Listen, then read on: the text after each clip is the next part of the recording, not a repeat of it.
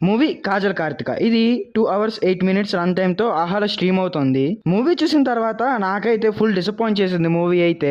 1 year back announcement చేసి కాజల్ అగర్వాల్, రజీనా కేసండ్రా అలాగే యోగి బాబు కాంబోలో మంచిగా రిలీజ్ చేద్దాం అనుకున్నారు మూవీని. బట్ పెట్టుకున్న ఎక్స్‌పెక్టేషన్స్‌కి రీచ్ అవ్వలేకపోయింది మూవీ. ట్రైలర్ కూడా సోగా ఉన్నా డౌన్‌లోడ్ చేసుకొని మరీ చూశాను మూవీ.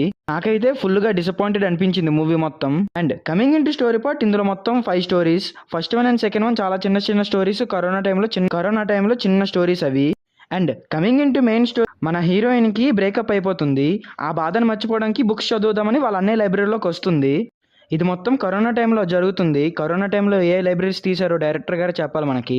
మళ్ళీ స్టోరీలోకి వచ్చేస్తే మన హీరోయిన్కి 100 ఏళ్ళ నాటి బుక్ దొరుకుతుంది లైబ్రరీలో. ఆ బుక్లో మన మెయిన్ లీడ్ అయిన కాజల్ అగర్వాల్, దాని యొక్క స్టోరీ, దాని యొక్క బ్యాక్ డ్రాప్ స్టోరీ, అలాగే తను ఎవరు, ఎందుకు అలాగైపోయింది, తను అసలు ఊరు వాళ్ళు మొత్తం ఏం చేశారు అనేది ఉంటుంది. ఈ మూవీ మొత్తంలో మెయిన్ ట్విస్ట్ ఏంటంటే 100 ఇయర్స్ బ్యాక్ బుక్లో ఏం రాస్తుందో ప్రెజెంట్లో అది అలా జరుగుతూ ఉంటుంది. ఆ బుక్ చదివి ఇంటికి వచ్చిన తర్వాత మన హీరోయిన్ ఇంట్లో కాజల్ అగర్వాల్ దెయ్యమై తిరుగుతుంటుంది సమ్ వాట్ రీజన్స్. అసలు కాజల్ ఎందుకు మళ్ళీ దెయ్యం కింద మారింది, మళ్ళీ ఎందుకు హీరోయిన్ వెంట పడుతోంది, ఆ బుక్లో ఏముంటుంది, అసలు 100 ఇయర్స్ బ్యాక్కి ఇప్పటికి సంబంధం ఏంటి, ఇవన్నీ ఇంకా మనకి మూవీలో చూపించడం జరుగుతుంది డైరెక్టర్ గారు. And coming into first half మొత్తం హీరోయిన్ ఇంట్రడక్షన్కి, వాళ్ళ అన్నయ్య ఇంట్రడక్షన్కి, కాజల్ అగర్వాల్ ఇంట్రడక్షన్కి, అలాగే ఫస్ట్లో చెప్పిన ఫస్ట్ సెకండ్ స్టోరీస్ గురించి, అలాగే ఆ బుక్ తనకి ఎందుకు దొరికింది, ఎలా దొరికింది, అలాగే అక్కడక్కడ 2-3 దెయ్యం సీన్స్, అలాగే ఒక 2-3 కామెడీ సీన్స్తో ఫస్ట్ హాఫ్ అలా నడుస్తూ ఉంటుంది మొత్తం.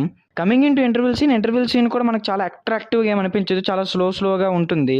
And coming into second half మొత్తం కాజల్ అగర్వాల్ యొక్క ఇంట్రడక్షన్, తనకి ఏమైంది, తన బ్యాక్ డ్రాప్ స్టోరీ ఏంటి, ఎందుకు దెయ్యం కింద మారింది, తన ఊర్లో ఏమైంది, ఇవన్నీ చూపిస్తుంటారు మనకి.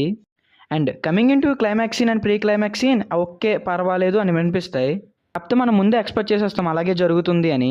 And coming into positives, Kajal Agarwal acting, heroine acting, first హాఫ్లో కామెడీ, అక్కడక్కడ దెయ్యం సీన్స్, సెకండ్ హాఫ్లో స్టోరీ నరేటింగ్, అలాగే ప్రొడక్షన్ వాల్యూస్, అంతే ఈ మూవీలో పాజిటివ్స్. కమింగ్ ఇంటూ నెగిటివ్స్ అయితే చాలా ఉంటాయి నెగిటివ్స్. లాజిక్లెస్ సీన్స్ ఉంటాయి, బీజిఎం ఎందుకు ఉంటుందో తెలీదు, సాంగ్స్ ఎందుకు ఉంటాయో తెలీదు, అలాగే కాజల్ అగర్వాల్ దెయ్యం క్యారెక్టర్ కూడా అంతలా సూట్ అవ్వలేదు. అంతే, ఈ మూవీకి నేను ఇచ్చే రేటింగ్ 3.5/5. మీకు ఎలా కనిపించిందో కింద కామెంట్స్లో చెప్పండి. Thank you.